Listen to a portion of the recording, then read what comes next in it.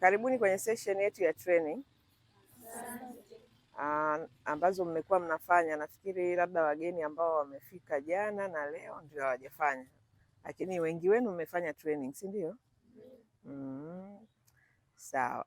Sasa hizi training ambazo tunawafanyia hapa ni kuwaongoza na kuwaonyesha njia.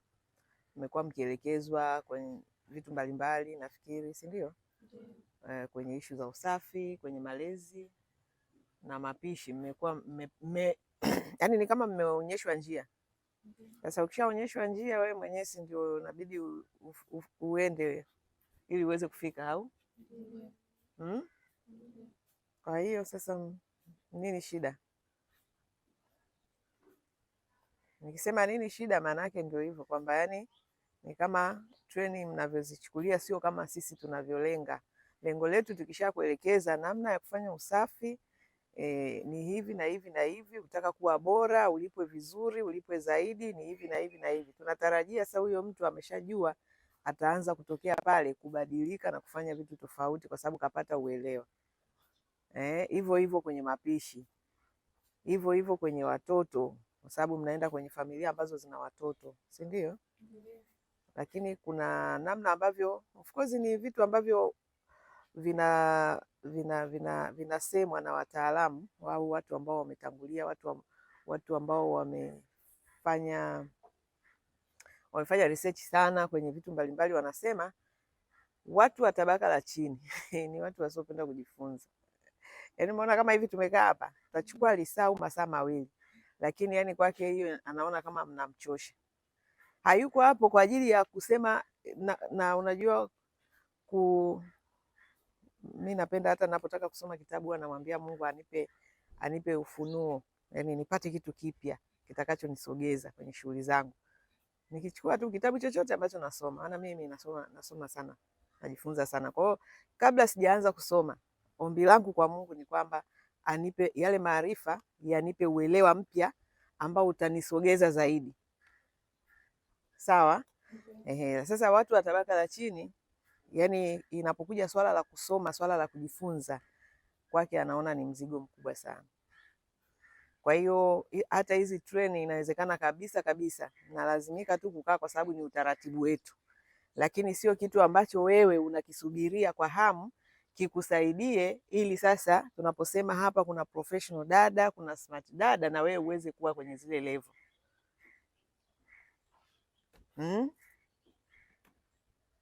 Umeeleweka hapa?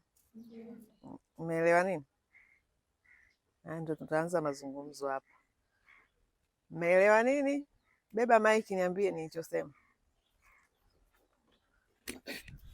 Kwa mimi nilivyoelewa ulivyosema, umetueleza kwa namna gani tunavyokaa kwenye hizi train, tunavyofundishwa ni tunavichukua au tunaviacha pale pale tu. Umesikia? Sawa, hivyo imeisha, ufanyii kazi. Inatakiwa kwenye hizo train tunazofundishwa kila siku hapa, inatakiwa tuvichukue vile tunavyoelekezwa na tuweze kuvifanyia kazi, na tukishavifanyia kazi tunaenda kupata ile hela. Kwa mfano kuna traditional dada, smart dada na professional dada. Huwezi kuwa unaambiwa Sofia kwamba hichi kitu usafi tunafanya hivi, inatakiwa ukimaliza usafi uhakikishe meza zote safi, umefuta meza, umefuta vumbi, umefuta nini, kila kitu, hakikisha kila kitu kiko smart. Mimi naenda nafagia tu, naacha kufuta vumbi, naacha kufuta sijui jikoni, naacha vitu ovyo ovyo. Kwa hiyo hapo nakuwa sijafanya usafi, na vitu ambavyo nakuwa nimefundishwa nakuwa sivifanyi. Inakuwa sasa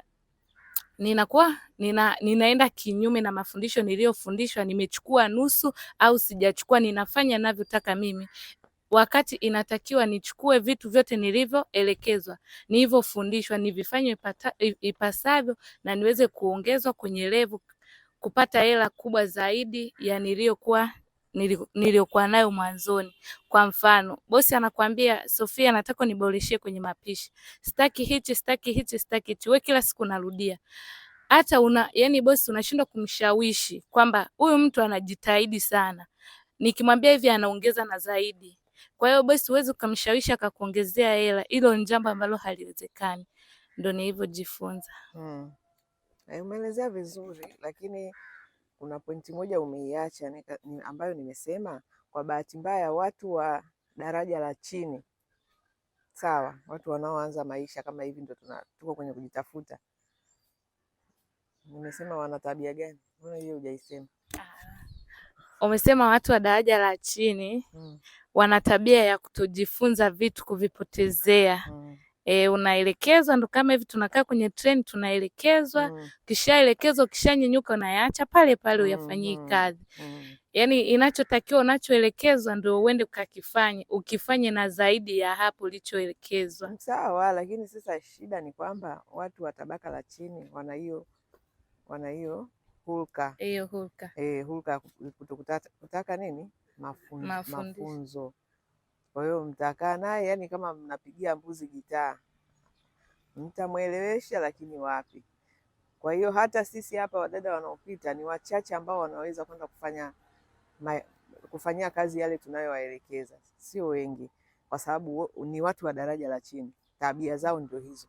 Mtu ambaye yani wote tunaweza tukawa tuko chini, lakini kama mimi nina hulka ya kujifunza siwezi kuwa mtu wa daraja la chini. Ingawaje leo niko chini. Sio kama tunaelewana. Hakuna ubaya kuwa chini. Hata mimi nilianzia kazi za ndani kama nyie. Tena nilianza kwenye mfumo, yani nilianza kwenye kipindi ambacho maslahi yalikuwa madogo sana. Sijui mnaelewa. Lakini kwa kuwa mimi nina hulka ya kupenda kujifunza na nilikuwa na njaa ya kutaka kufika mbali, na ibidi nijifunze hawa waliofika mbali wametumia mbinu gani ili mimi nipite kwenye zile mbinu. Kwa hiyo kilichofanya mimi nikaweza kutoka kule nikafika hapa ni hiyo sifa ambayo wote watu wa daraja la chini tunaweza tukawa tuko pamoja, wote hatuna hela, wote hatuna mitaji, wote hatuna elimu, si ndio? Wote tumetoka kwenye jamii maskini, lakini sifa moja tu itakayokuja kukutofautisha ni ile sasa ya wewe kutaka kujua na kufanyia kazi. Hicho tu ndio kinamtofautisha. Hawa matajiri wote tunaosikia walianzia chini, amini usiamini. Kwanza walizaliwa kama ulivyozaliwa wewe. Sio matajiri wengi wamerithi mali za wazazi, na watoto wengi wanaorithi mali za wazazi huwa zinapotea, kwa sababu hiyo sifa yani lazima iwe ndani ya mtu binafsi. Hata kama umezaliwa kwenye familia tajiri, kama hiyo sifa ya kujifunza huna, wewe ni mtu ambaye umeridhika na vitu vya wazazi umevikuta, unatoka unakaa kijiweni, unaspendi hela za wazazi, utabaki hapo hapo tu. Watoto wa matajiri au watoto wa watu ambao labda yani amezaliwa kwenye familia nzuri na yeye akaendelea, ana hiyo sifa yeye binafsi. Hata ukimfuatilia utaona ni mtu ambaye anapenda kujifunza, anapenda kujua, anapenda kwenda mbele. Lakini anaweza akatokea mtoto humo humo akarudi nyuma, na yeye anachowaza lini wazazi wafe niuze mali. Si unaelewa? Kwa hiyo mtu kama huyo anaweza kunyanyuka? Hapana. Kwa hiyo nitaka kwanza hilo mlijue, kwa sababu nafikiri katika training zetu hapa sijawahi kuambia hicho kitu. Sasa wewe ujijue, kama ndani yako sio mtu mwenye njaa ya kujifunza, ndugu yangu, ujue utabaki tu hapo kwenye daraja la chini. Hakuna muujiza. Usije ukadanganyika kwamba utaenda msikitini au kanisani ukaombewa ukawa tajiri ukafanikiwa. Maana ndio sasa hivi watu wanatafuta shortcut.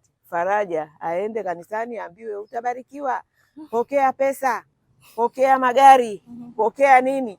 Faraja za uongo za kinafiki. Huyo anayekwambia pokea kila siku yuko hapo anafanya kazi, ile ndio kazi yake. Ile ndio ajira yake. Kama ni mchungaji, hiyo ndio ajira yake. Na ukifuatilia anafanya kila siku. Hakuna siku amelala. Siku hizi hatuna wale wachungaji wa Jumapili kwa Jumapili. Wachungaji nao siku hizi ni Jumatatu mpaka Jumatatu. Yaani Jumatatu, Jumanne, Jumatano, kila siku ana program. Ndio. Sasa yeye hayupo kazini pale? Yupo kazini na anapata hela kila siku. Kwa sababu kila siku mnavyokwenda lazima mpeleke sadaka. Ila yeye ana kazi ya kuambia utabarikiwa. Pokea magari. Pokea mume. Pokea, maana hata mjuaji mnataka nini? Kila kitu unataka kupokea. Hata kipindi ambacho hujajiandaa. Huyo mume wewe ni msaidizi wake. Tatizo unataka mume ambaye utaenda kukaa kubweteka ili umtegemee, ambayo nalo ni tatizo. Kwa hiyo ndugu zanguni, hakuna mafanikio ya shortcut, ya njia ya mkato.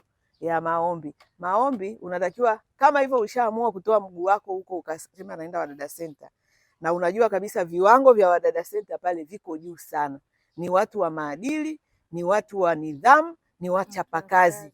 Sasa maombi yako yanakuwa, Mungu nisaidie, nipe nguvu ili niweze kwenda kupambana na zile changamoto. Hayo ndio maombi.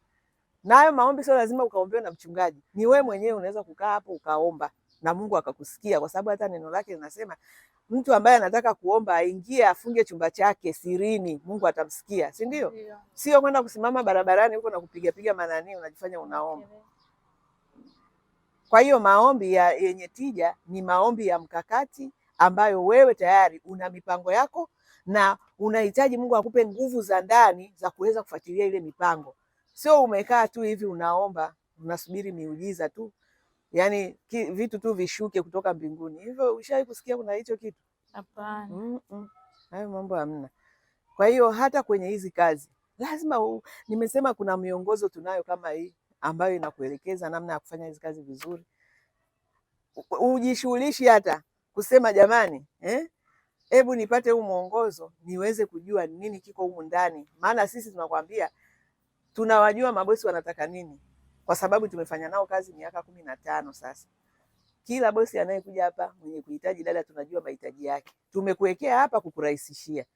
Sasa kama ni mtu kweli mwenye nia ambaye anataka kufika mbali, anasema na mimi hebu ngoja niende nisogee kwenye hizi kazi za ndani, hata kama naanza kama traditional, lakini mwaka unaofuatia nisogee niwe smart, mwaka utakaofuatia niwe professional.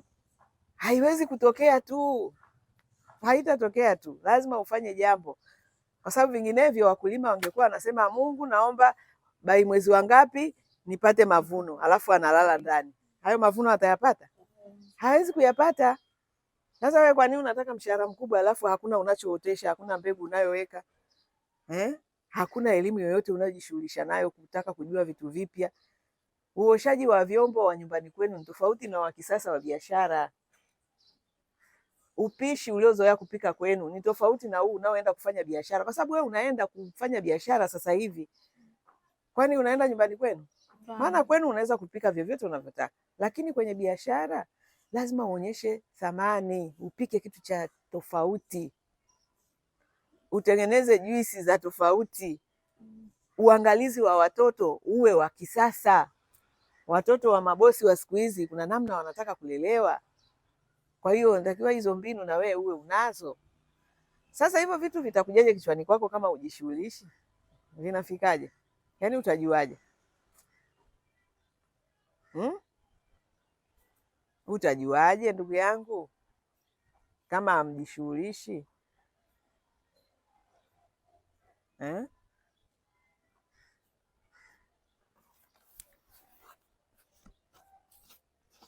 Mnapenda kujiweka kama yani kama watu ambao sijui nisemeje, watu ambao saa nyingine kichwani unasema Mungu, kwa nini mimi niko kwenye hii?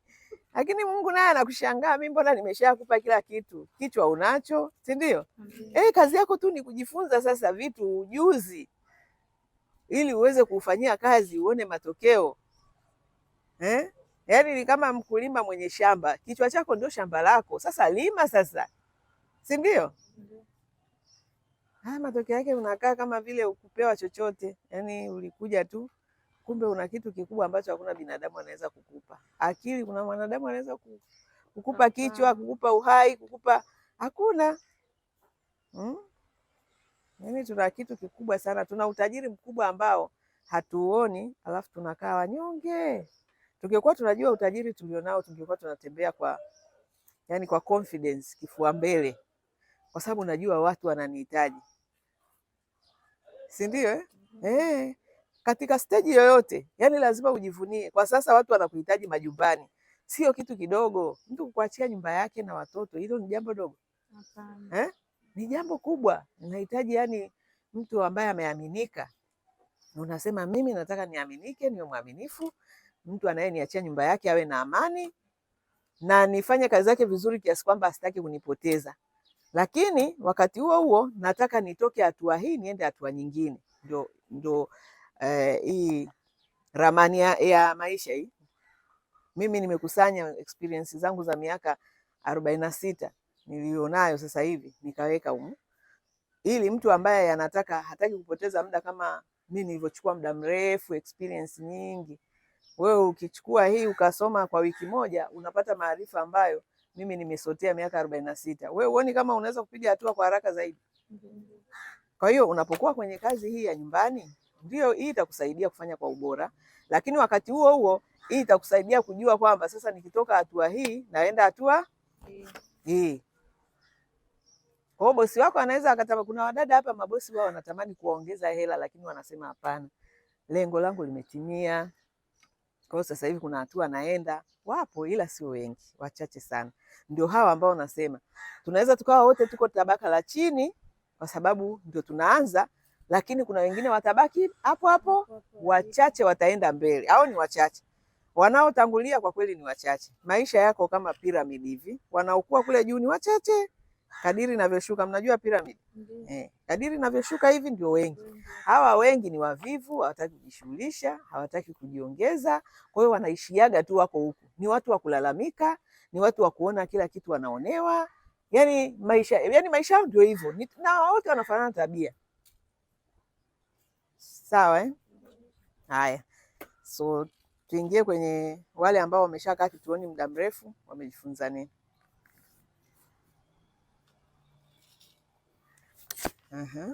Tulijifunza mengi, mojawapo ni malezi.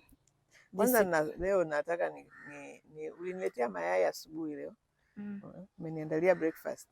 Sasa mayai umeniletea hayajamenywa. Nikasema nitakuuliza kwenye session. Kulikoni? Sawa.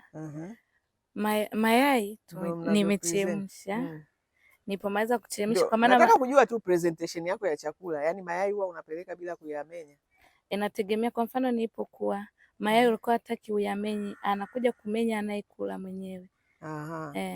Sasa ulipokuwa sasa hapa sasa hivi huko hapo ulipokuwa nilikuwa nataka kuuliza. Kwa hiyo kumbe umejua kosa lako sasa.